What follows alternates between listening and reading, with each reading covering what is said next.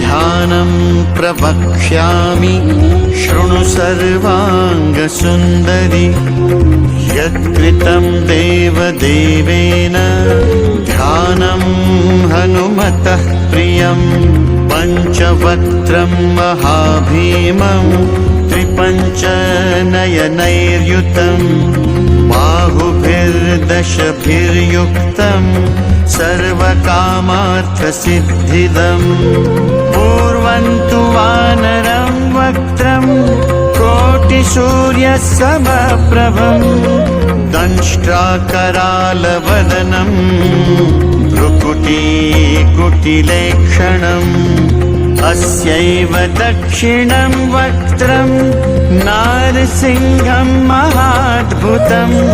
अत्युग्रतेजो वपुषं भीषणं भयनाशनम् पश्चिमं गारुडं वक्त्रं वक्रतुण्डं महाबलं सर्वनागप्रशमनं विषभूतादिकृन्तनम् उत्तरं सौकरं वक्त्रं कृष्णं दीप्तं नभोपमं पातालसिंहवेताल ज्वररोगादिकृन्तनम् ऊर्ध्वं हयाननं घोरं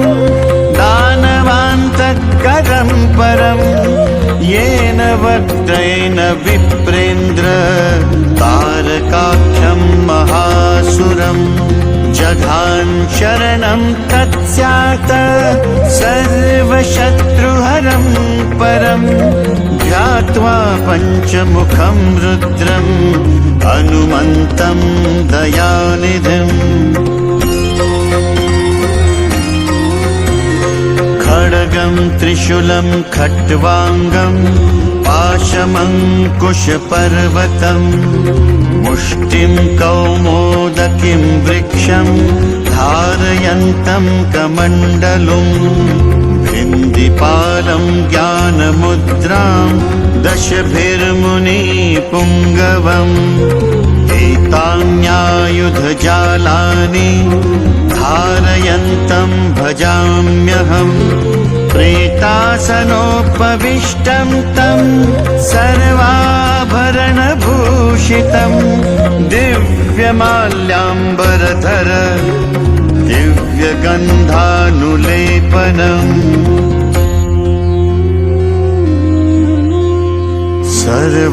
सर्वाश्चर्यमयं देवं हनुमद्विश्वतोमुखम् पञ्चास्यमच्युतमनेकविचित्रवर्णवक्त्रम् शशाङ्कशिखरं कपिराजवर्यम् पीताम्बरादिमुकुटैरूपशोभिताङ्गम्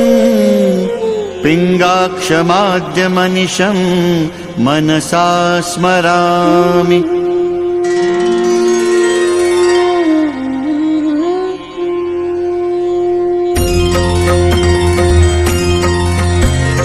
मर्कटेशं महोत्साहं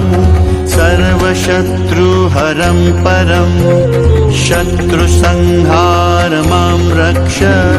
श्रीमन्नापदमुद्धर ॐ हरिमर्कटमर्कटमन्त्रमिदं परिलिख्यति लिख्यति वामतले यदि नश्यति नश्यति शत्रुकुलं यदि मुञ्चति मुञ्चति वामलता इदं कवचं पठित्वा तु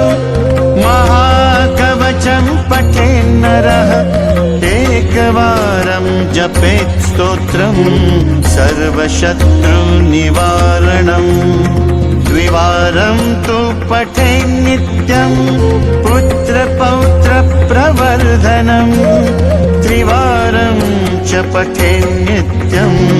सर्वसम्पत्करं शुभम्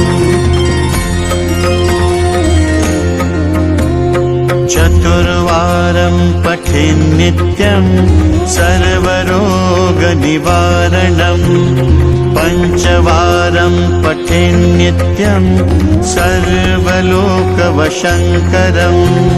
षड्वारं च पठेन्नित्यं सर्वदेववशङ्करम् सप्तवारं पठेन्नित्यं सर्वसौभाग्यदायकम् अष्टवारं पठेन्नित्यम् अष्टकामार्थसिद्धिदम् नववारं पठेन्नित्यं राजभोगमवाप्नुयात् दशवारं पठेन्नित्यं त्रैलोक्यज्ञानदर्शनं रुद्रावृत्तिं पठेन्नित्यं सर्वसिद्धिर्भवेद् ध्रुवम् निर्बलो रोगयुक्तश्च महाव्याध्यादिपीडितः कवचस्मरणेनैव महाबलं वाप्नुयात् इति श्रीसुदर्शनसंहितायां श्रीरामचन्द्रसीता प्रोक्तम् श्रीपञ्चमुखहनुमत्कवचं सम्पूर्णम्। ॐ श्री हनुमतये नमः।